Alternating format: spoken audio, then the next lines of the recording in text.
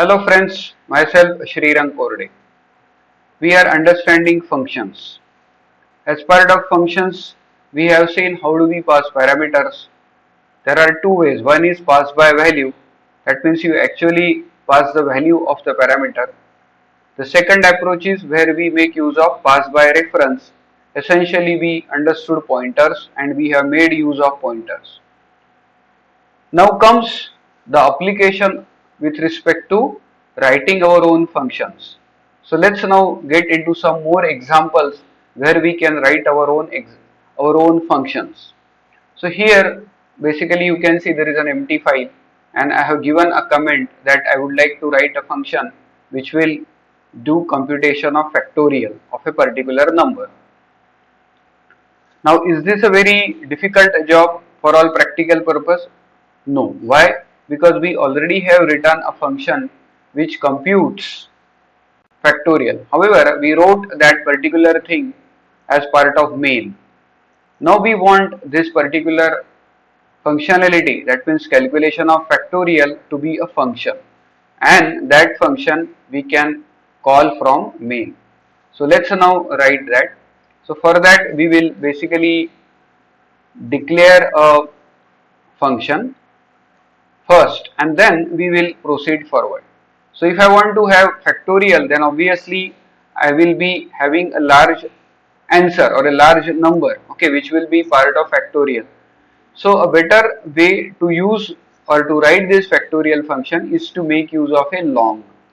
We could always use integer, but however to cater for significant size results with respect to factorial, we can always declare it long.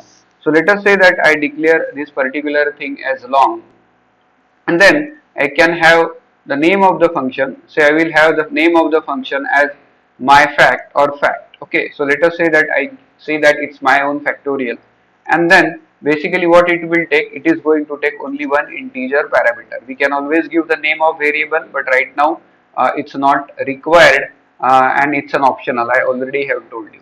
Now if I want to basically write it, then I can have my fact, and then it's going to take say integer n, okay, which is the input which is provided to factorial.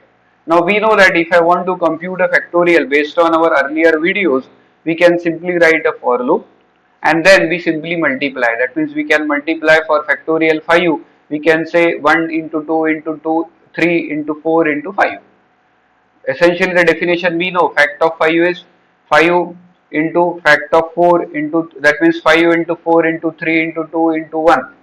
So that is what we know, but we can always write a forward loop because it becomes easy for us to do, and we have done that earlier. So let's make use of that knowledge. So we can have here a temporary variable which will basically be used for a loop. Okay, so I can declare it or I can have a variable as I, and then I can always have answer f is equal to 1. We can have factorial to be initialized to 1, and then we can simply write I is equal to 0, or rather I is equal to 1, not 0 here. I is equal to 1 to I less than n, I less than equal to n, and then I plus plus. So this loop we already have written. Okay, so we know this. Okay, so f is equal to f into I, and once the loop gets over, we can basically return the value of factorial. So that means we really don't require a curly bracket, though I have given here the curly bracket. As such, you don't require a curly bracket. Okay, and then you can simply return f. Now this curly bracket I can do away. Why? Because it's only one line. So f is equal to f into I, and I can basically get the answer. Okay, and I am passing the parameter here n. So that means now I have to get the input from the user. So here I will have printf, and then I will ask user enter a number.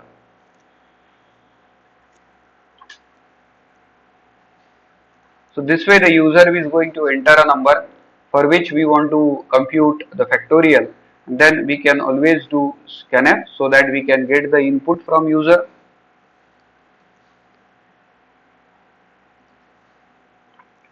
and here obviously we will have to declare a local variable. So input no number. So I will just do it here. The input number we are going to take from the input, and then you can basically have the result which you can have use it here. Okay, so we obviously have said that I want to use long. If I would have used integer, no issues. Only thing, the overall this one would have basically the limit or the overall range, rather instead of limit the correct word is range. So range gets reduced. That's the only thing that can happen if I just use integer. Okay, so I can simply say ans, which is an answer, and basically I can use this ans, which is a temporary variable. I can use this ans is equal to my fact, and then I can basically pass the parameter here number, and then obviously I will print the value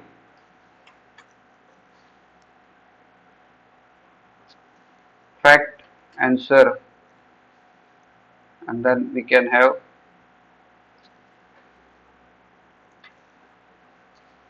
So here now we have used percentage LD. Why? Because we are going to use long. Okay, so that's why for number I could use D, and for answer I'm going to use LD. Why? Because it's a long, and then I can simply use the answer, which is a factorial. So let's now run this code and see how it works.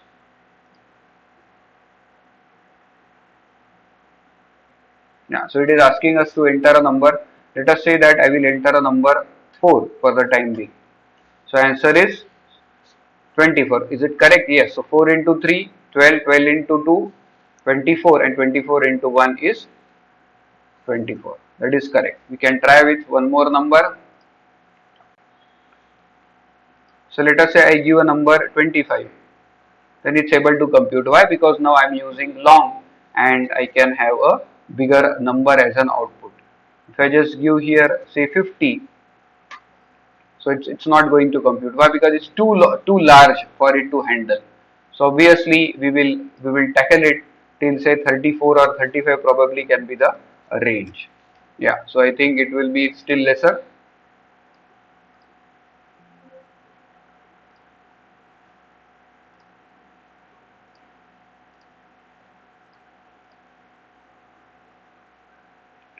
So let's give 30. Yeah, so I think it's able to take that. That's the reason we have made it long, so that at least it goes up to a significant number, say around 30, 35 times 34, it will be able to go. So that's the first example that we have seen as part of this video. Now we can basically write another function where if I want to calculate say x to the power of y. So how do I compute x to the power of y? So it is equivalent of mathematical function which is POW. POW takes two parameters, say x comma y, and then it's going to compute x to the power of y. So instead of directly using the math library, suppose if I want to develop my own function, then how do I do that? So we can basically write this function. Okay. So once again here we will have to take input from user. So we will say to the user that you enter two numbers. So obviously we will write all those things. The important thing is now we will have to have our own function. So let us say that we will have here, once again I am going to use long. The reason is very simple, because then I can have a larger x to the power y. That means I can have y which can be, suppose if I do x to the power y, and otherwise my answer will get limited by integer range, so I can always use long.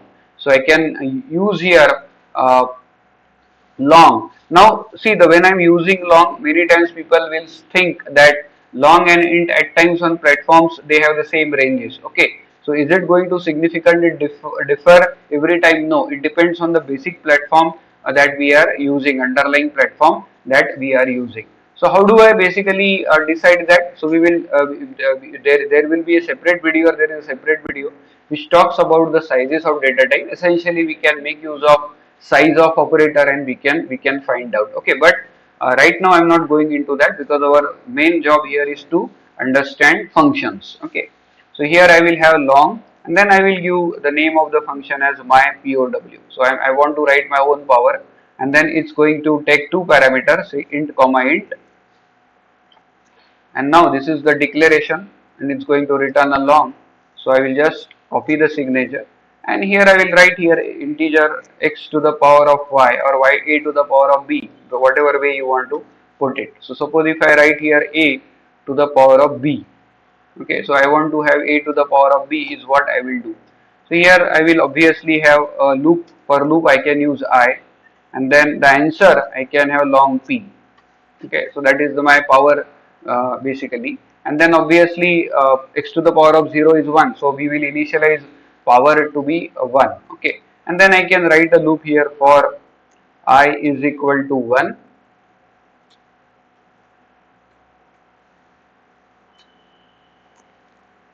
to I less than equal to y, I plus plus. And now it is very simple. We simply have to do p is equal to p into x. That's it, because x to the power of y is what we want. So here we have basically here b. So we can always use xy, but I have used a and b. So, and then you simply have whatever the answer p is. P is essentially P into X, or P into A here. Okay, that means we will have A times B, that means A basically multiplied B times. So that is what will happen, because we are writing a loop which starts with A and then it ends at B. That means you are writing a loop which is going to do multiplication B times, and that is what has happened here by writing such a loop, and we are checking the condition I less than B.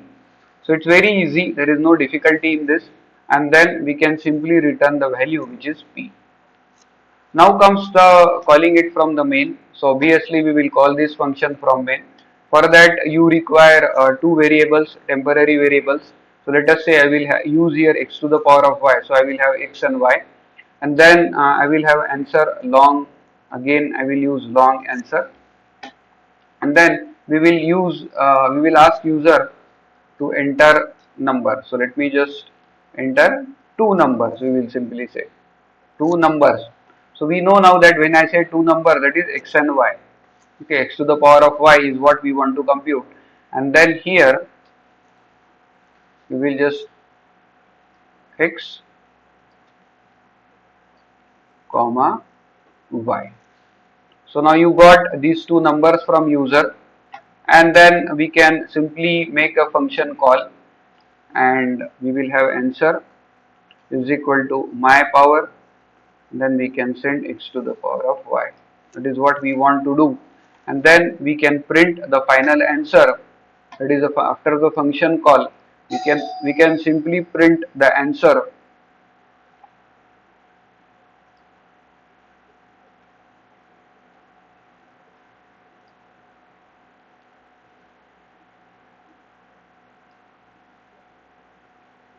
and let's run this now. So now if I just do it, and if I just say 3 to the power of 5, then I am going to get answer 243. I can once again try this.